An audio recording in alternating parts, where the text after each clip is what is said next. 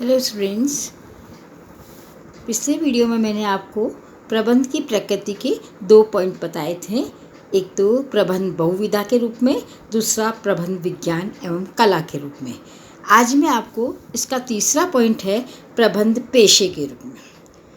पेशे का क्या मतलब होता है? आपने सुना होगा पेशा, प्रोफेशन जो होता है ना, उसका मतलब क्या होता है? पेशे में क्या होता है? विशिष्ट ज्ञान की आवश्यकता होती है और विशिष्ट ज्ञान प्राप्त व्यक्ति अपनी सेवाएं समाज को देता है और बदले में पारिश्रमिक प्राप्त करता है।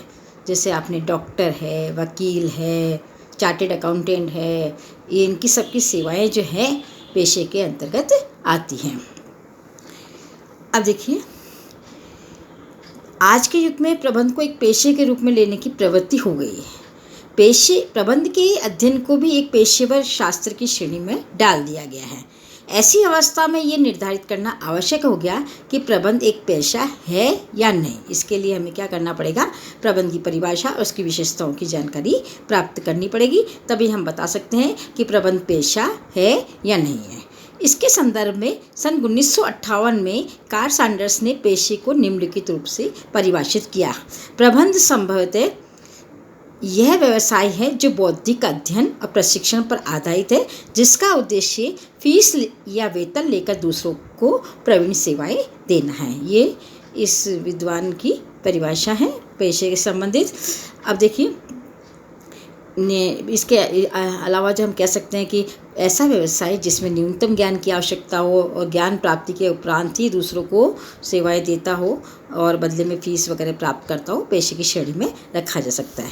निष्कर्ष रूप में हम कह सकते हैं पेशा एक ऐसा व्यवसाय है जिसके लिए विशिष्ट ज्ञान, दक्षता एवं प्रशिक्षण की आवश्यकता होती है और इन दक्षताओं का प्रयोग समाज के व्यापक हितों के लिए किया जाता है और प्रयोग की सफलता केवल मुद्रा अर्जन में नहीं मापी जा सकती है। देखिए, इसमें कुछ बातें तो वही कहता ही है, विशिष्ट ज्ञान की आवश्यकता है, प्रशिक्षण की आवश्यकता है, समाज के लिए उन दक्षता का प्रयोग करेगा, लेकिन केवल मुद्रा के अंदर उसकी सफलता को नहीं आप माप सकते। जैसे आज के डॉक्टर है, अब डॉक्टर कितना अच्छा है, केवल वो पैसा कमाता है, डॉक्टर उससे नहीं माप सकते। उसकी सेवाएं कैसी है, वो कैसे मरीजों का इलाज करता है, उसके आधार पर उस डॉक्टर को हम अच्छा कहते हैं या बुरा कहते हैं, जो भी कहते हैं, तो उसकी सफलता के आधार पर इसका मापन किया जा सकता है, केवल मुद्रा में नहीं किया जा सकता है।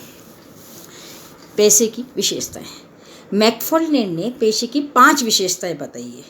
ज्ञान विद्यमानता, औपचारिक रूप से ज्ञान की प्राप्ति, प्रतिनिधि संस्था, नैतिक आचार संहिता और सेवा की प्रवृत्ति।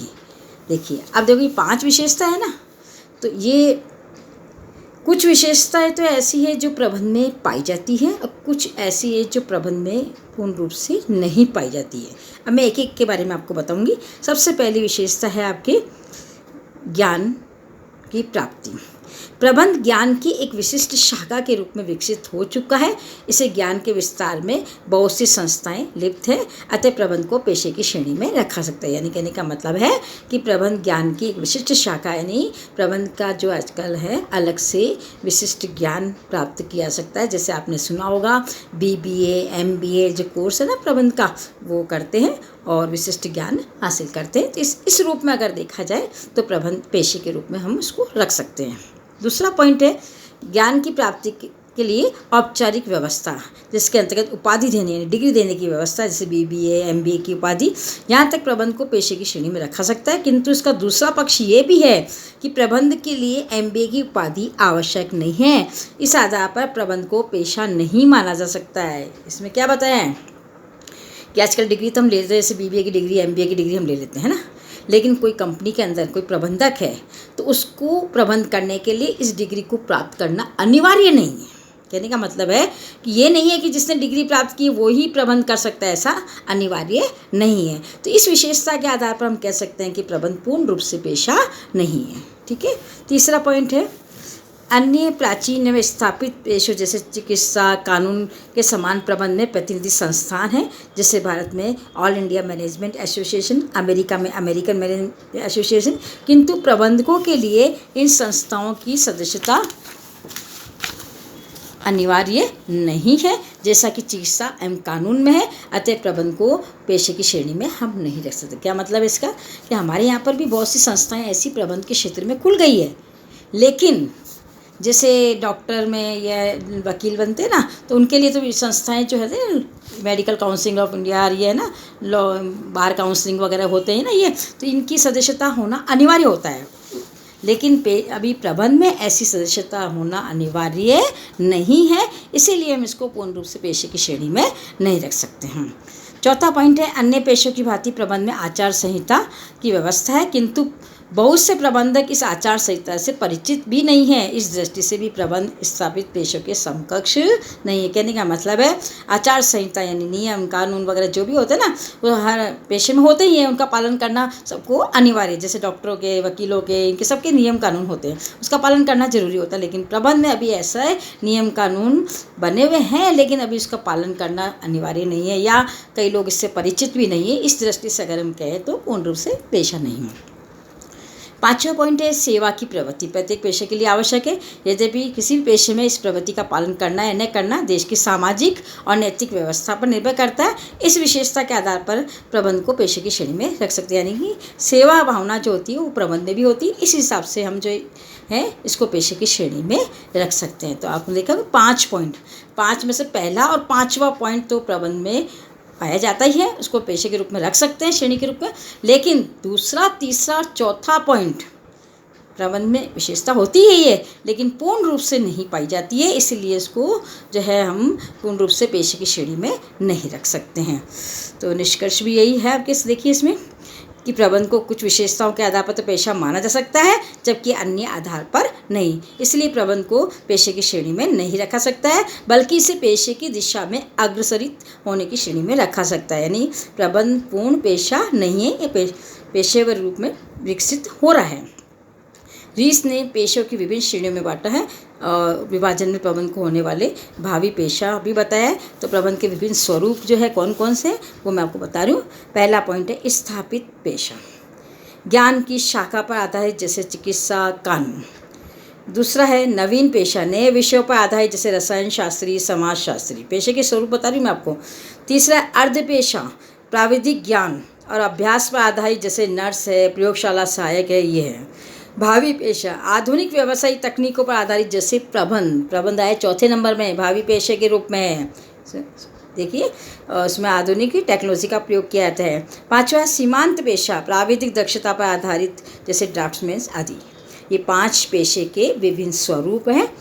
अब अगला टॉपिक आता है पेशेवर प्रबंध। देखो सैद्धांतिक रूप से हम पेशे को पेशे की श्रेणी में रखना है न रखना इतना महत्वपूर्ण नहीं होता है, जितना इस बात पर महत्व है कि किसी संगठन में प्रबंध को किस रूप में अपनाया जाता है, पेशेवर या गैर पेशेवर। जैसा कि प्रमुख शास्त्री जैसे एल.सी. गुप्ता ने क्या कहा है, पेशेवर प्रबंध केवल पेशेवर उपाधि धारकों की नियुक्ति से नहीं होता है, बल्कि उचित दृष्टिकोण की भी आवश्यकता होती है। पेशेवर उपाधि से अधिक महत्व पेशेवर दृष्टिकोण से है। यानी कहने का मतलब है कि आपको उपाधि डिग्री मिल गई, डिग्री तो है ये, डिग्री के अलावा उसका दृष्टिकोण वो भी आवश्यक है। तो एक पेशेवर प्रबंध में निम्नलिखित विशेषताएं जो है इसमें होनी चाहिए। कौन कौन सी विशेषताएं होनी चाहिए उसके पॉइंट्स मैं आपको बता रही हूँ। सबसे पहला पॉइंट है पेशेवर ज्ञान एवं तकनीक के प्रति समर्पित होना। दूसरा है आधुनिक प्रबंधकीय तकनीकों का प्रयोग करना। तीसरा है व्यक्तिगत स्वैच्छिकता के स्थान पर टीम भावना पर बल देना। तीसरे पॉइंट, पहला पॉइंट आपको समझ में आ गया, पेशेवर ज्ञान वगैरह हो। दूसरे में है प्रबंध की तकनीकी का प्रयोग करना। तीसरा व्यक्तिगत स्वेच्छायता के स्थान पर टीम भावना, यानी टीम भावना, व्यक्तिगत रूप से कार्य नहीं, टीम भावना के रूप में काम करना, है ना, टीम मैनेजमेंट जो होता है ना। चौथा पॉइंट है परिवर्तन एवं परिवर्तन प्रबंध हेतु तैयार रहना। पांचवा संगठन में नियुक्ति एवं पदोन्नति दक्षता पर आधारित होना, न कि जन्म स्थान या पारिवारिक संबंधों या जाति पर आधारित होना। यानी कोई भी संगठन है वहाँ पर जो नियुक्तियाँ की जाती है या पदोन्नति की जाती है यानी प्रमोशन किया जाता है, वो किस पर आधारित होना चाहिए, दक्षता पर। दक्षता मतलब योग्यता, दक्षता पर आधारित होनी चाहिए, न कि उसका जन्म स्थान क्या है या उसका पारिवारिक जो संबंध कैसे है या जाति क्या है, इस आधार पर उसकी नियुक्ति और पदोन्नति नहीं होनी चाहिए। छठा पॉइंट है अनुकूलतम निर्णय प्रक्रिया, जिसमें विभिन्न पक्षों का समन्वय होना चाहिए। सातवां समाज के प्रति उत्तरदायी और राष्ट्रीय नीतियों के प्रति समन्वय होना चाहिए। और राजनीतिक समान होना चाहिए। प्रारंभ में जो है 20वीं सदी के पूर्वार्ध तो समाज व राष्ट्रों में व्यक्तिगत नेतृत्व की परंपरा रही है, लेकिन आजकल परिवेश बदल गया। आजकल कौन सा नेतृत्व है? सामूहिक नेतृत्व की परंपरा का विकास हुआ है और इस सामूहिकता की प्रवृत्ति ने प्रभावशीलता दक्षतापूर्ण कार्य को ज़्यादा महत्व दिया है। इसलिए पेशेवर प्रबंधकों की जो है महत्ता आजकल दिन प्रतिदिन बढ़ती जा रही है। ये तो था आपके पेशेवर प्रबंधन के संबंध में कुछ बातें। अब अगला टॉपिक जो आएगा ना इसका प्रकृति का, वो है प्रबंध की सार्वभौमिकता। सार्वभौमिकता का मतलब मैंने आपको पहले भी बताया था।